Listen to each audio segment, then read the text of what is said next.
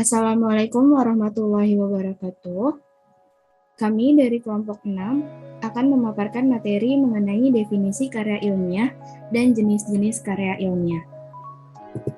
Namun sebelumnya izinkan saya perkenalkan diri terlebih dahulu. Nama saya Hoirun Saputri Islamiyati dan saya ditemani oleh rekan saya yaitu Alfia Nurul Inayah.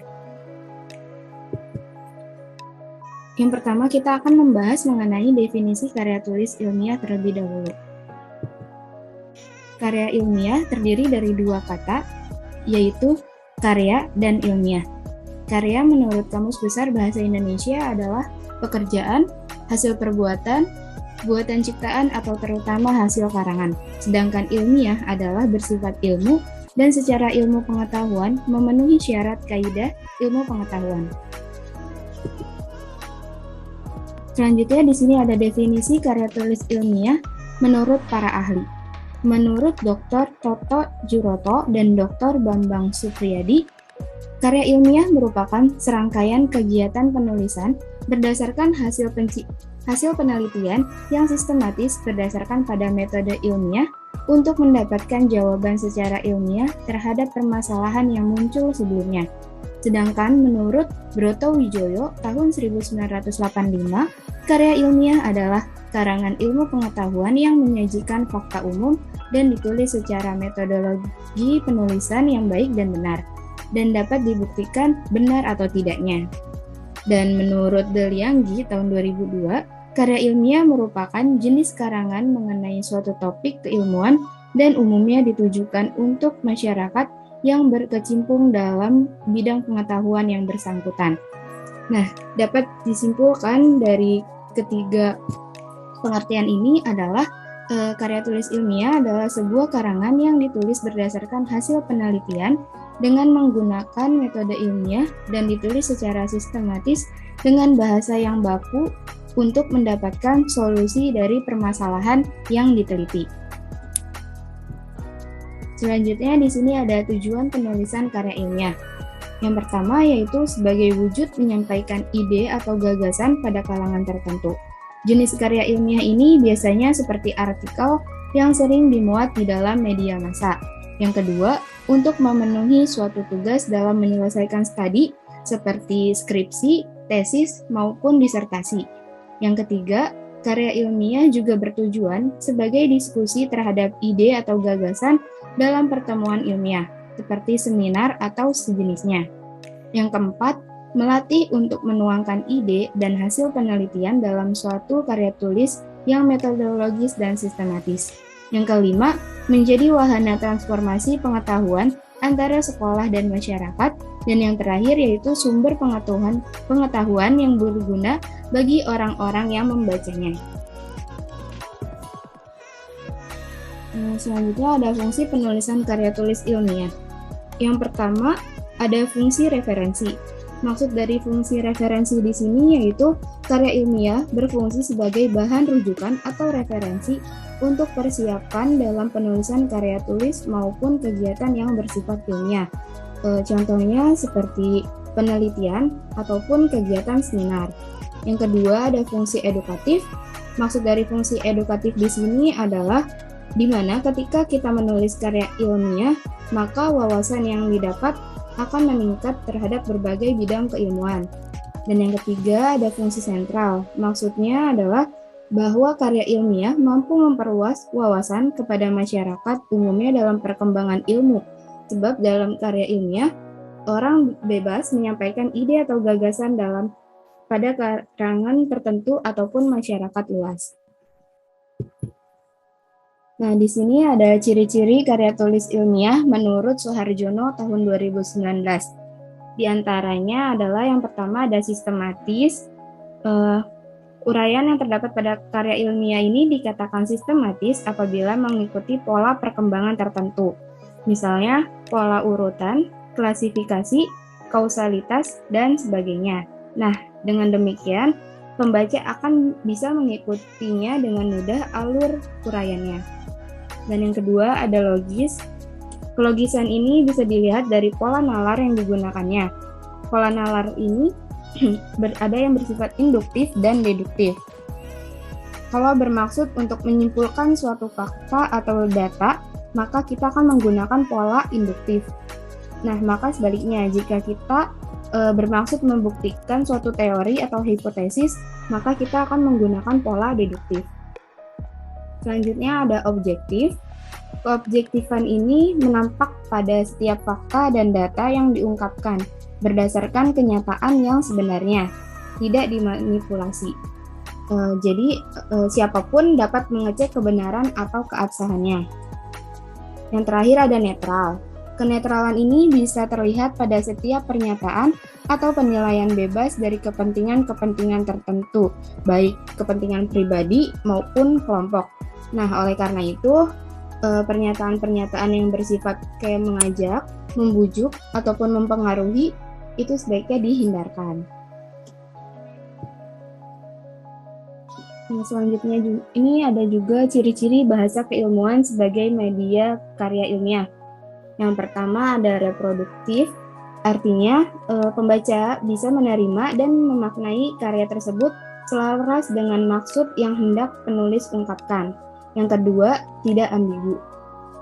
Maksudnya yaitu dikarang berdasarkan kaidah bahasa yang baik dan benar, dan penulis juga harus menguasai materi dan mampu untuk menyusun kalimat dengan subjek dan predikat yang jelas, juga tidak memiliki makna yang ganda. Yang ketiga ada tidak emotif, maksudnya yaitu disusun tidak dengan melibatkan aspek perasaan penulisnya. Hal-hal yang diungkapkan harus rasional berdasarkan kenyataan ataupun fakta yang ada di lapangan, tanpa diberi tambahan pada subjektivitas penulis. Yang keempat ada penggunaan bahasa baku.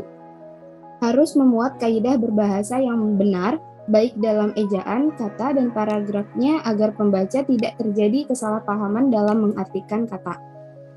Yang kelima ada memakai kaidah keilmuan. Maksudnya yaitu penulis memuat istilah atau kata dalam aspek keilmuan dan harus sesuai akan topik yang disampaikan, juga latar belakang penulisnya. Hal ini menjadi suatu bukti penulis menguasai apa yang akan ditulisnya. Nah, yang keenam ada bersifat dekoratif dan rasional. Penulis dalam karyanya harus menggunakan kata yang hanya memiliki satu makna. Dan rasional artinya penulis harus menonjolkan kerunutan pikiran yang logis, lancar, dan kecermatan penulisnya. Selanjutnya akan dijelaskan oleh rekan saya. Untuk ciri-ciri bahasa keilmuan sebagai media karya ilmiah selanjutnya adanya kohesi dan straightforward. Perlu terdapat kohesi dan keterhubungan antar kalimat pada setiap paragraf dalam setiap bab. Sedangkan straightforward berarti langsung menuju tujuan atau sasaran, tertuju pada pembahasan dan tidak berbelit. Selanjutnya kalimat yang efektif dan fokus. Kalimat yang digunakan harus efektif dan fokus. Isi harus padat dan berisi. Lalu ada objektif. Objektif ini berarti pembahasan suatu hasil penelitian dari fakta yang objektif harus sesuai dengan yang akan diteliti. Jones memberikan ketentuan ilmiahnya yaitu sifat dari fakta yang disajikan serta metode dalam penulisannya. Jika fakta yang disajikan adalah fakta umum objektif dan dapat dibuktikan kebenaran ataupun tidaknya serta harus ditulis secara ilmiah. Maksud dari secara ilmiah adalah menurut prosedur atau aturan penulisan ilmiah. Dengan mengikuti prosedur tersebut, maka karya tulis dapat dikatakan karya ilmiah. Sedangkan jika fakta yang disajikan merupakan fakta dari pribadi yang bersifat subjektif dan tidak dapat dibuktikan kebenaran atau tidaknya, disertai dengan tidaknya ditulis secara ilmiah, karya tulis tersebut dikatakan karya tulis non-ilmiah. Lalu ada sistematis dan metodis. Dalam pembahasan masalah digunakan suatu metode tertentu dengan memperhatikan langkah-langkahnya secara teratur dan harus terkontrol dengan rapi dan tertib. Dan yang terakhir harus selaras. Tulisan ilmiah harus menggunakan bahasa ilmiah yang baku dan formal. Ini dapat dikatakan sebagai laras ilmiah. Laras ilmiah harus jelas dan lugas agar tidak menimbulkan keambiguan. Nah, bahasan selanjutnya adalah jenis-jenis karya tulis ilmiah. Yang pertama itu ada artikel.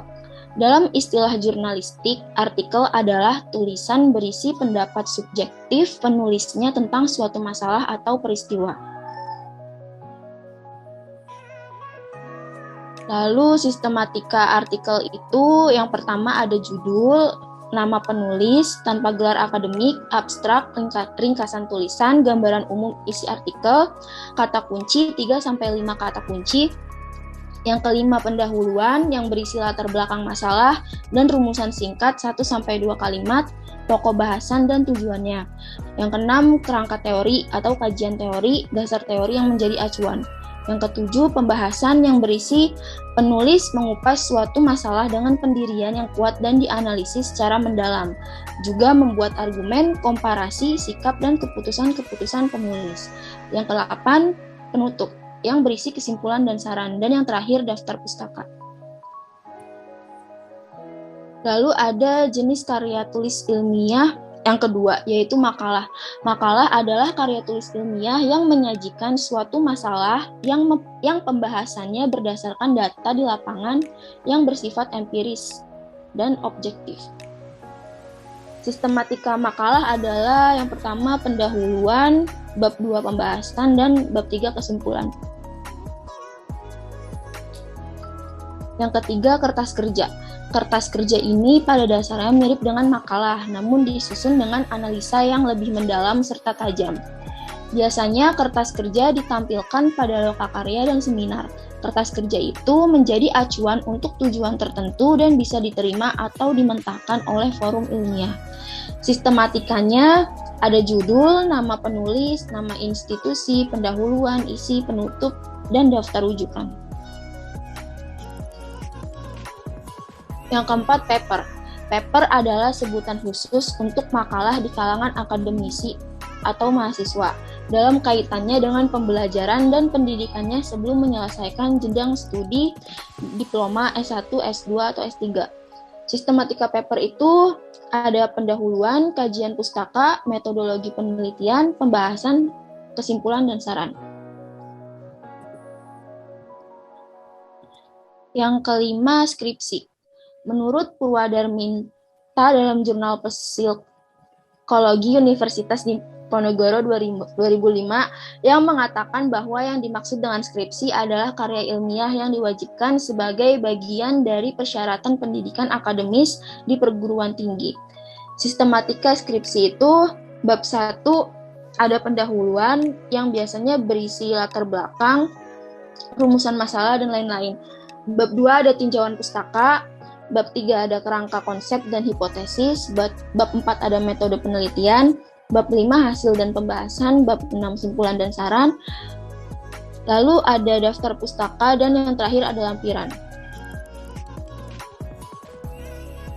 Yang keenam, tesis. Tesis adalah karya tulis ilmiah mahasiswa untuk menyelesaikan jenjang studi S2 atau pasca sarjana yang sifatnya lebih mendalam dibandingkan dengan skripsi. Sistematika tesis itu cukup banyak, ada sampul depan atau halaman judul, terus halaman pengajuan, halaman persetujuan, kata pengantar, pernyataan keorisinalan, abstrak, daftar isi, daftar tabel, daftar gambar, daftar lambang atau singkatan, lalu dilanjut dengan pendahuluan, tinjauan pustaka, metode penelitian, hasil pembahasan, kesimpulan dan saran, daftar pustaka, lampiran, dan yang terakhir riwayat hidup. Selanjutnya disertasi. Disertasi disebut juga PH tesis, adalah karya tulis ilmiah mahasiswa untuk menyelesaikan jenjang studi S3 atau meraih gelar doktor yang mengemukakan suatu dalil yang dapat dibuktikan dengan penulis berdasarkan data dan fakta yang sahih atau valid dengan analisis yang terperinci. Nah, sistematika disertasi itu hampir sama dengan tesis, cuma di bagian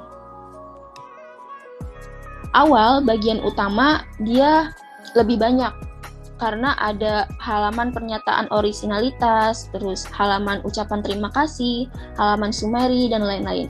Dan di bagian akhir dia juga lebih banyak karena ada kerangka konseptual dan hipotesis, dan lain-lain.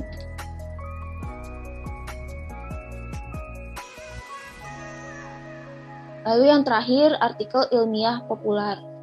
Artikel ilmiah populer adalah artikel ilmiah yang ditulis dengan gaya bahasa populer. Artikel ini kerap dimunculkan pada media massa seperti surat kabar, majalah, dan tabloid menggunakan bahasa jurnalistik atau bahasa media. Nah, sistematika artikel ilmiah populer itu ada 4. Cukup simpel. Yang pertama judul, pendahuluan, badan atau isi, dan yang terakhir penutup.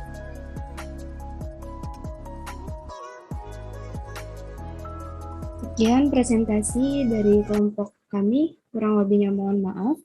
Wassalamualaikum warahmatullahi wabarakatuh.